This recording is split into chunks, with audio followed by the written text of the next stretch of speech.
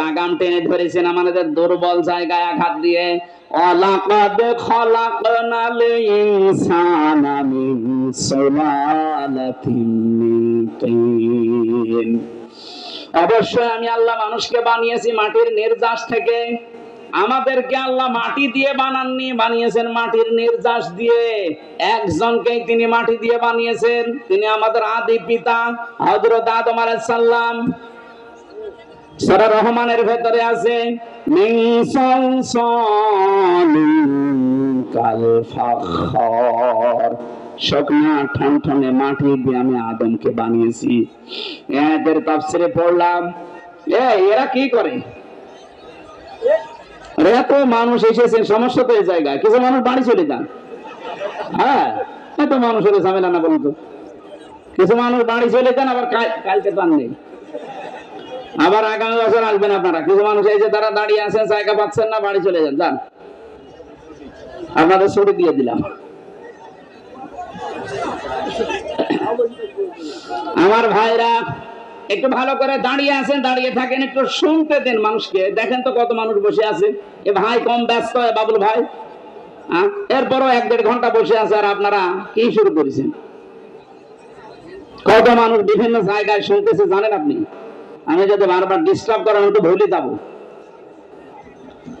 4 জন ফেরেশতাকে আল্লাহ পাঠিয়েছিলেন মাটি নেওয়ার জন্য, আদম বানাবে। 3 জনই ফেরত গেছে, পারে না। শেষ পর্যন্ত আজরাইল এসে 1 খামসা মাটি নিয়ে গেছে। তাফসীরে মুনিরের ভেতরে পেয়েছি হযরতে আজরাইলের 1 খামসা মাটির ভেতরে ছিল 40 মণ মাটি। আল্লাহ রাব্বুল আলামিন ফেরেশতাদেরকে আদেশ দিলেন এর বডি বানাও। 60 হাত লম্বা, 36 হাত মোটা। ওই 40 মণ মাটি দিয়ে আদম আলাইহিস সালামকে ফেরেশতারা বানিয়েছে। খামির তৈরি করে করে বানিয়েছে মাটি দিয়ে। রব্বুল আলামিন বলেন বডি যখন তৈরি করা শেষ, তখন আমি আল্লাহ নিজের এই কুদরতি হাত দিয়ে আদমের এই মুখমণ্ডলটা বানালাম। লাকাদ খালাকনাল ইনসানা ফি আহসানি তাকওয়িম। সবচেয়ে সুন্দর, এজন্য মানুষের এই চেহারাটা এত সুন্দর করে আমি আল্লাহ এখানে লেপন দিয়েছি, এত সুন্দর করে সাজিয়েছি। পৃথিবীর কোন সৃষ্টিকে এত সুন্দর করে আমি বানাইনি। আমি মানুষের চেহারার দিকে তাকিয়ে দেখেছেন কত সুন্দর। সুন্দরী মানুষকে দেখে অনেকে ক্ষুধা পর্যন্ত মিটে যায়। আমাদের নবী মুহাম্মদুর রাসূলুল্লাহ, হযরত ইউসুফ নবী আলাইহিস সালাম, তাদের চেহারা দেখে মানুষ না খেয়ে থাকতে পারত। হাত কেটে ফেলেছে, টের পায়নি চেহারা দেখে। সুবহানাল্লাহ বলতে পারো? ওই জামানার মিশরের মেয়েরা বলেছিল হাযা মালাকুন কারীম, এটা মানুষ না, এটা সম্মানিত ফেরেশতা। পৃথিবীতে মেয়েদেরকে আল্লাহ এত সুন্দর সুন্দর করে বানিয়েছেন। আমাদের আদি মাতা হযরত আদম আলাইহিস সালামের স্ত্রী, আমাদের মা যিনি হযরতে হাওয়া আলাইহিস সালাম, পৃথিবীর বিশ্ব সুন্দরের তালিকায় তার নাম। তাফসীরে কাবীরের ভেতরে দেখবেন এত সুন্দর বর্ণনা আছে। হযরতে হাওয়াকে আল্লাহ এত সুন্দর করে বানিয়েছিলেন। আজকের দুনিয়ার বিশ্ব সুন্দরীকে দেখে মানুষ মাথা পাগল হয়ে যায়। হাওয়া আলাইহিস সালাম তাদের তুলনায় 100 ভাগ সুন্দর ছিল। কথা বলে না কেন? মেয়েদের রূপ সৌন্দর্য যদি প্রদর্শন করা এটা বিষয় হতো যে দেখানোর জিনিস, তাহলে হাওয়া আলাইহিস সালাম মানুষকে দেখিয়ে বেড়াতো। অথচ অনেকে লাইন খোলে, নিজের বউ যদি সুন্দরী হয় তো দিশায় বায়না করবে কি, আর আলকাতরা মাখায়, উলট পালট জিনিস মাখিয়ে মোটরসাইকেলে করে নিয়ে মানুষকে দেখায় যে জিনিস আমার আছে। জিনিস আছে, আমি করবো কি? কথা বলে দেখেন। সম্মানিতা মা বোন যারা এসেছেন, আপনার সৌন্দর্য, আপনার সাজগোজ, আবার বলেন আপনার সৌন্দর্য, আপনার সাজগোজ এটা শুধু আপনার স্বামীর জন্য। স্বামী বাদ দিয়ে পৃথিবীর কাউকে যদি প্রদর্শন ইচ্ছায় আপনি দেখান, কিয়ামতের দিন আপনি জান্নাতের সুঘ্রাণও পাবেন না।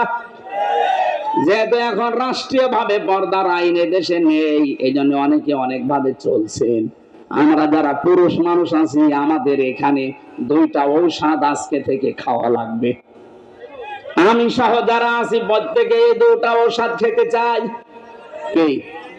তাহলে জেনা থেকে বেঁচে থাকতে পারবেন। চোখের জেনা, সূরা নূর 18 নম্বর পারা 12 নম্বর পৃষ্ঠা 7 নম্বর লাইনের 30 নম্বর আয়াতে আল্লাহ ঔষধ দিচ্ছেন, ওয়াকুল্লিল মুমিনিনা ইয়াগুদ্দু মিন আবসারিহিম ওয়া ইয়াহফাযু ফুরুজাহুম যালিকা আযকা লাহুম ইন্নাল্লাহা খাবীরুম বিমা ইয়াসনাউন। রাব্বুল আলামিন বলেন, হে নবী মুমিন পুরুষদেরকে বলেন তারা যেন বড় নারী থেকে তাদের চক্ষুকে নিম্নগামী করে। আর 14 জন মহিলা আপনি দেখতে পারবেন। কয়জন? আরো জোরে বলেন, বলেন। 1 নাম্বার আপনার আপন মা, ওই পাতানো মা না, আপন খালা, পাতানো খালা না। অনেকে ধর্ম খালা পাতিয়েছে, খালার মেয়ে আছে এই জন্য কথা বলছেন এখানে। এমনি খালা বলে না, মেয়ে আছে খালার, এই জন্য খালা, ধর্ম খালা। 2 দিন পরে খালা হয়ে যায় শাশুড়ি। এই কথা বলছেন এখানে। এলাকায় এরকম মানুষ নেই? এখনো কাদের ধর্ম খালা আছে হাত তোলেন তো। ও একজন।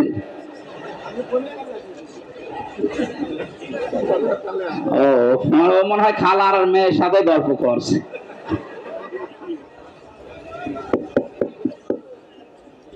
তাহলে মা আছে, খালা আছে, ফুফু আছে, নিজের আপন মেয়ে আছে, ভাইয়ের মেয়ে আছে, বোনের মেয়ে আছে, নিজের পুত্রবধূ আছে।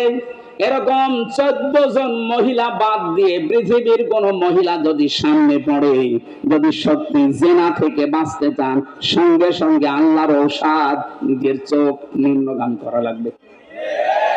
হ্যাঁ, দেখতে যত সুন্দর হোক, যাই হোক, তাড়াতাড়ি চোখ নামিয়ে ফেলবেন। এটা যদি সর্বোচ্চ 15 দিন করতে পারেন, আপনি একটা অনির্বচন সুখ পাবেন। আপনি বোঝেন অনির্বচন কি? এই যে পাখি যখন নিজের ডানা এভাবে বিছিয়ে দেওয়ার পরে ফল করে দেয়, ডাউন করে ফল করার পরে দেখবেন ওর নিচে বাচ্চারা কিচির মিচির আওয়াজ দেয়। কেন দেয় বলেন তো?